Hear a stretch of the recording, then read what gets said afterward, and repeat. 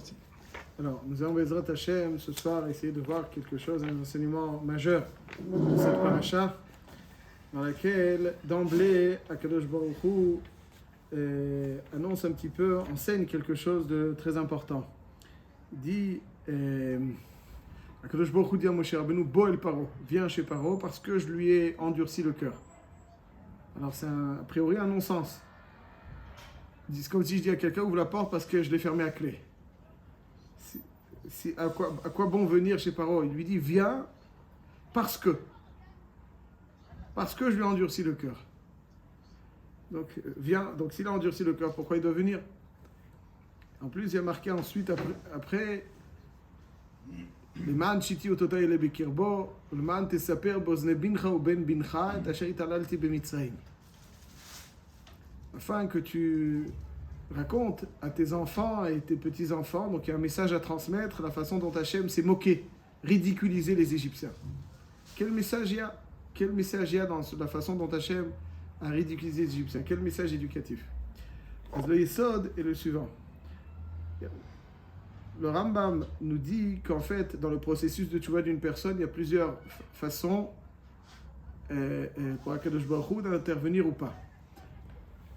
Il est marqué dans le Abal et Taher, la première façon, c'est une intervention divine positive à laquelle il est marqué Abal et Taher Mesayaï not beyado. C'est-à-dire que quelqu'un qui fait un effort, alors on l'aide dans cet effort. Autrement dit, quelqu'un, des fois on peut voir des gens qui vont se métamorphoser et ils vont gravir des montagnes et on est bouche bée face à leurs efforts. Comment est-ce qu'ils ont trouvé le courage pour faire ce qu'ils ont fait? Comment ils ont trouvé le courage? Nous, on se dit, ils vont des fois, il y en a qui mangent pas cachère, tout d'un coup ils se mettent à manger cachère. Comment ils ont fait? Tout va changer, tout va être métamorphosé dans leur quotidien. Où est-ce qu'ils trouvent ce courage? La réponse, elle est que le plus beau cadeau qu'Hachem peut offrir à une personne, c'est lui donner le courage de faire ce qu'il doit faire. Des fois, quelqu'un sait qu'il y a des choses qu'il doit faire, mais il n'est pas suffisamment, il n'a pas le courage, la force, l'enthousiasme, la détermination suffisante pour le faire. Et Hachem, quand quelqu'un fait un effort, fait le premier pas, Bal Taher, mais Saïn Beyado, Hachem il l'aide, il lui injecte le courage pour réaliser des choses éblouissantes. Ça, c'est Bal Taher, mais Saïn Beyado. Il y a une deuxième façon. Quelqu'un, par exemple, il dit Erta ve'ashuv. Quelqu'un, il fait une faute, il dit je vais faire la faute, après je ferai tchouva. On fait tchouva. En maspikin biyado la'asot tchouva. Choté ou marti et arabim. En maspikin biyado la'asot tchouva, nous dit la Mishnah. Pourquoi? C'est-à-dire quoi? En maspikin, c'est-à-dire on ne lui fournit pas le courage nécessaire pour faire tchouva. Quelqu'un qui est choté ou marti, on ne lui donne pas le courage nécessaire. Il est inconcevable que lui qui a fait fauter soit au Gan Eden, après sa tchouva, et ceux à qui il a fait fauter, ils vont être au Gainam, c'est pas possible. Donc, mais en maspikin biado, c'est-à-dire on ne lui fournit pas le nécessaire, le courage nécessaire pour faire tchouva. Donc effectivement, ça paraît très difficile. Donc en maspikin, les sapek, c'est fournir. En maspikin biado, la sot tchouva, on ne lui offre pas les ressources, le courage nécessaire pour faire tchouva.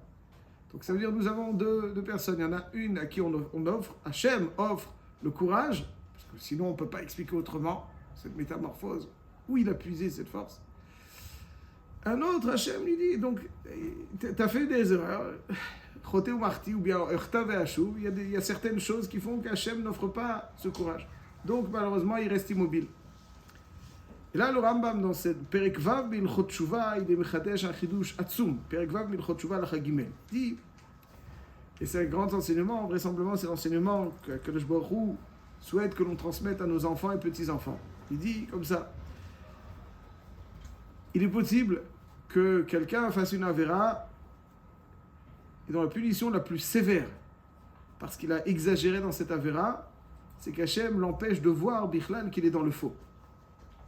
C'est-à-dire que quand on observe Paro dans ses parachiotes, on l'observe avec un regard amusé, celui qu'on avait au Gan. Au Gan, on nous dit c'est un petit gars, ça a l'air d'être un pitre, un clown, quelqu'un qui n'a pas vraiment de bon sens. On lui donne une gifle, ah, ça y est, après il reprend. C'est un garnement, un gamin. Comme ça, c'est l'impression qu'on a au Gan de Paro. Mais en réalité, c'est une fausse impression, bien entendu, puisque c'était le roi de la superpuissance militaire, économique de l'époque. Forcément, c'est quelqu'un de brillant.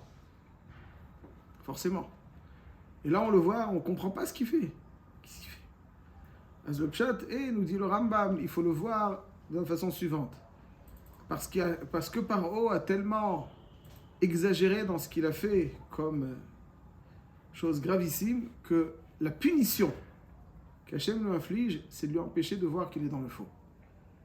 Exactement de la même façon que le plus beau des cadeaux qu'Hachem peut offrir à un homme, c'est lui donner ce courage de se métamorphoser. La punition la plus sévère qu'Hachem peut infliger à une personne, Pichal, il est plus conscient, il est plus lucide. Il ne voit pas à quel point il va droit dans le mur. Et il continue dans le mur. Je lis le Rambam, juste quelques phrases avec votre permission. Il dit comme ça: Ve'efshar sheyicheta adam chet gadol, o chataim arbe, ad sheyiten adin lifnei dayan ha'emet, shehi hapiraon mizeh hachote al chataim elu. Donc la punition qu'Hachem va lui infliger pour ses fautes, shemon'im mimenu hatshuva, qu'on l'empêche de faire tshuva. לפיכך כתוב בתורה, ואני אחזק את לב פרעה. לפי שחטא מעצמו תחילה והראה לישראל הגרים בארצו, נתן הדין למנוע ממנו התשובה עד שנפרעים ממנו. ולמה היה... Donc maintenant, donc le Rambam décrit Paro comme étant quelqu'un qui a tellement exagéré et qui ne voit plus. Et ça, en fait, quand on pense un petit peu, quand on s'installe un petit peu avec nous-mêmes, ça doit être quelque chose qui doit terroriser une personne. C'est quelque chose qui doit terroriser une personne, tout simplement. Pourquoi? Parce que, avant de poursuivre le Rambam, parce qu'en fait, il est possible qu'il y a quelque chose dans notre quotidien qui peut ressembler à Paro. Il est possible qu'il y a quelque chose dans notre quotidien qui peut ressembler à Paro. Nous, on voit Paro comme le pire des êtres, c'est vrai. Il a mené sa personne, sa nation dans l'abîme, mais chacun peut avoir une facette dans son quotidien où il n'est même plus conscient à quel point il est dans le faux. Parce qu'il a exagéré. Il s'est négligé, il a négligé, il s'est fait complètement laisser aller. C'est laissé aller. Donc, la punition qu'Hachem lui inflige, c'est que de ne plus voir à quel point il est dans le faux. Le Rambam dit, il dit le Rambam que cette menace, cette punition ne menace pas simplement Paro. Elle menace même les tzadikim. Il dit que c'est ça que David Amelech dit: Oreni Hashem darkecha. Oreni Hashem darkecha. Oriente-moi le vrai. C'est le quoi, oriente-moi le vrai? La Torah, elle est là. Tu ouvres et tu étudies. Tu vois le vrai. Il dit le pshat le Rambam: Klomar, alim nauni chata'ai derecha emet, shimimena eda darkecha v'ichut shemecha. Nora. Il dit le Rambam que David Amelech, donc ça veut dire toute personne sensée, toute personne qui veut vivre dans le vrai, des fois, il se fait une image, une idée de certaines choses. Et il est sûr que, bon, voilà, c'est mon idée, c'est mon point de vue, c'est ma façon de voir les choses, ma façon de... En réalité, il est possible que la raison pour laquelle il pense comme ça, c'est parce qu'Hachem lui a ôté la possibilité de voir à quel point il est dans le faux. Et la seule façon de s'en extraire, c'est la tfila. Horeni Hachem Darkecha a supplié David Amelech HaKadosh Baruch Hu. Permets-moi de retrouver la lucidité dans toutes les facettes de mon quotidien. C'est-à-dire qu'il y a certaines choses, je sais, il paraît que c'est pas bien. Bon, ça va. Je vois pas trop le mal. Tu vois pas trop le mal, je crois. Parce qu'il y a que tu es complètement aveuglé par... Hachem, il t'a enlevé la possibilité de voir où c'est mal. C'est ça qui fait peur. Parce que quelque part, comme si on pouvait plus uniquement se référer à notre point de vue. Parce qu'il y a que Hachem, il t'a enlevé. Qu'est-ce que t'en sais? Donc il faut toujours être dans un mouvement de tfila pour faire un maximum qu'on le peut de notre point de vue, voir les modèles que nous avons, et en même temps, parallèlement, demander à Kadosh Baruch Hu de nous permettre de ne pas être aveuglés par certaines erreurs que nous avons pu commettre et qui nous ôtent cette lucidité. Et c'est ça donc Et comment, dans le pshat du Rambam, comment l'histoire de Ménaché elle rentre alors? Parce que Ménaché, il a fait fauter tout le monde. Et pourtant, il a été chutzpan à quelqu'un de dire, tu sais quoi, si tu ne me sors pas maintenant, tu ne vaux pas mieux que mes idoles. Et quand je beaucoup, le Vache là-bas, il dit, il a laissé une petite enfin, pour que cette fila monte. Elle est montée, sinon il y aurait plus de possibilité de faire choix pour les hatides, pour ceux qui vont fauter. Et comment ça va dans le pshat du Rambam? Quoi, vous dites que d'après le Rambam, il n'y a plus moyen de faire tchouva. Sauf la priori, là, vous avez fini après le Abarbanel, il est collègue sur le Rambam. Voilà.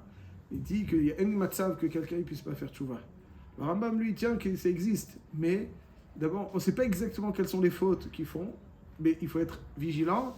Mais la tfila, kaniré, d'après le Rambam, quand même si quelqu'un n'a plus... En suppliant, elle peut permettre à quelqu'un de retrouver sa lucidité. Et c'est ça donc la tfila de David Ameler. C'est ça la tfila de David Ameler. C'est-à-dire que quelqu'un peut être frappé. C'est ça qu'on demande d'ailleurs. La première chose qu'on demande dans la tfila. Tachonen Adam Da'at. C'est pas un da'at pour réussir aux examens. C'est la première chose, on la demande avant la santé. C'est un da'at tout simplement pour être lucide. Tachonen Adam Da'at. Je dis des fois aux adolescents, je leur dis, vous êtes certain que le moment venu, vous ferez les bons choix. Qui te dit? Miomer Lecha. Qui te dit qu'il fait les bons choix? Ah, parce que tu es un quotient intellectuel élevé. Donc tu es sûr, je viens de résoudre un problème mathématique très ardu. Tranquille, tout est sous contrôle. Et donc le jour J, je saurai exactement. Alors je leur dis toujours, je connais des gars brillants en maths et qui sont nuls dans la vie. Parce que la vie, c'est pas des maths. Tu as des gens qui... La vie, c'est pas des maths. Il y a une inspiration d'Hachem qui nous offre cette lucidité. C'est ça, donc, Atachonen Amdat. Personne ne peut se dire, ouais, parce que je suis, donc, je vais pouvoir faire les bons choix. Je vois tout clairement. Tu n'en sais rien du tout. Tu n'en sais rien du tout. C'est possible que tu vois rien. Comme il disait, on ne voit, l'essentiel est invisible pour les yeux. On ne voit qu'avec l'esprit. L'esprit, on ne sait pas si notre esprit est clair. On ne sait pas. C'est ça la she'ela. Agoufa kashia. Est-ce que notre esprit est clair? Alors on fait un maximum. On fait un maximum. On voit les modèles, on voit tout. Et puis après, il faut prier. Quand on prie, alors là, Kadosh Baruch Hu, Tachonen Adam Dat. Il dit le Rambam, c'est ça par or. Lama yasholeach biyad Moshe. Pourquoi Kadosh Baruch Hu demande à Moshe Rabbeinu d'intervenir? Quoi ça sert? Donne-lui des claques et on n'en parle plus. Ce qu'il mérite, ça n'en parle plus. Tu vas te manger pourquoi? Peine perdue. Peine perdue. Va à Moshe dire, tu vas le prévenir. De toute façon, il ne va pas venir, il ne va pas accepter. Tu lui dis, bol paro qui a dit, alors, il dit, כדי להודיע לבאי העולם שבזמן שמונע הקדוש ברוך הוא התשובה לחוטא אינו יכול לשוב. Le message qu'on doit transmettre, c'est pour faire savoir à tous que lorsque Akadosh Baruch, en observant par haut, on voit la façon dont Hachem peut empêcher la lucidité de quelqu'un qui est même brillant. Et pas simplement individuellement, mais il va causer la perte de toute sa nation. Toute sa nation. C'est pour ça qu'Hachem dit à Moshe, vas-y. Pas parce qu'il y a un espoir pour Paro, parce qu'Hachem lui a endurci le cœur, mais pour montrer, que soit mis en relief la stupidité, le ridicule dans laquelle un homme peut se trouver lorsqu'Hachem l'empêche de voir la vérité. Boel Paro, le man chiti pour le frapper, et alors, le man tesaper beozne bincha ou ben bincha. C'est ça qu'il faut transmettre à nos enfants. Vous avez l'impression que vous voyez tout, que rien ne vous est inaccessible. Tout, c'est ce que vous devez comprendre, c'est le vrai. Ce que vous sachez, regardez Paro, il était très intelligent, mais il est devenu ridicule. Il est devenu ridicule, il était ridicule. Il allait droit dans le mur sans s'en rendre compte. Ça, c'est véritablement à quel point donc l'Égypte, Paro était ridicule, parce que pour montrer que quand un homme exagère, Hachem peut lui obstruer la vue, le regard, et ne plus être capable d'être lucide correctement. Ça, c'est donc le message que nos parachiotes nous livrent, qu'un homme un juif n'a jamais le droit d'être sommaire que sur son sechel, et se dire, voilà, ce que je comprends, c'est vrai, parce que tu comprends rien, c'est possible. Alors essaye de comprendre un maximum, mais il faut prier. C'est ça, pour véritablement saisir les grands enjeux, les grands choix, les grands défis, faire les bons choix, et être dans le vrai, dans le chemin qu'Akadosh Baruch Hu souhaite, ça ne passe que par la tfila. Ça ne passe que par la tefila. Parce que lorsqu'on est dans la tefila, alors effectivement, Akadosh Baruch Hu nous ouvre les yeux. Et quand quelqu'un, parce qu'il est fort possible que quelqu'un, alors ça ne veut pas dire qu'on ne doit pas réfléchir, khalila, khalila, mais ça veut dire qu'on doit se sentir limité. On doit se sentir limité, on ne doit pas avoir la conviction que, voilà, c'est notre point de vue, etc. Et Choliot que non, et Choliot, tu te trompes. Alors, Hachem, il demande à un homme d'être sommaire sur son sechel, sur ses modèles. Mais il y a Choliot, que, etc. Aval. Donc c'est pour ça qu'il faut parallèlement avec cela demander à Kadosh Baruch Hu et surtout transmettre à nos enfants que les bons choix dans la vie sont faits par une inspiration d'Hachem. Et c'est véritablement ce qu'il faut lui demander dans Tachonei Adam Dat, et c'est ce dont il faut être conscient, que c'est pas parce que je suis forcément doué dans certaines disciplines intellectuelles que forcément dans la vie je ferai les bons choix. Ça ne veut strictement rien dire. C'est Akadosh Baruch Hu qui doit nous aider. Qui plus est, on ne sait pas si quelque chose peut-être a été caché de notre champ de vision parce que on a exagéré dans certains domaines. Et là, il faut demander à Hachem de nous permettre de retrouver la clarté, le rayonnement qui doit nous orienter tout au long de notre vie. Bravo. Finalement, Baron a fait tchouva uniquement quand il a été lui-même atteint. Quand il a été lu, c'est ça. On dit Amsou, le Michamocha, c'est la seule fois où on a C'est un peu Il a fait mal.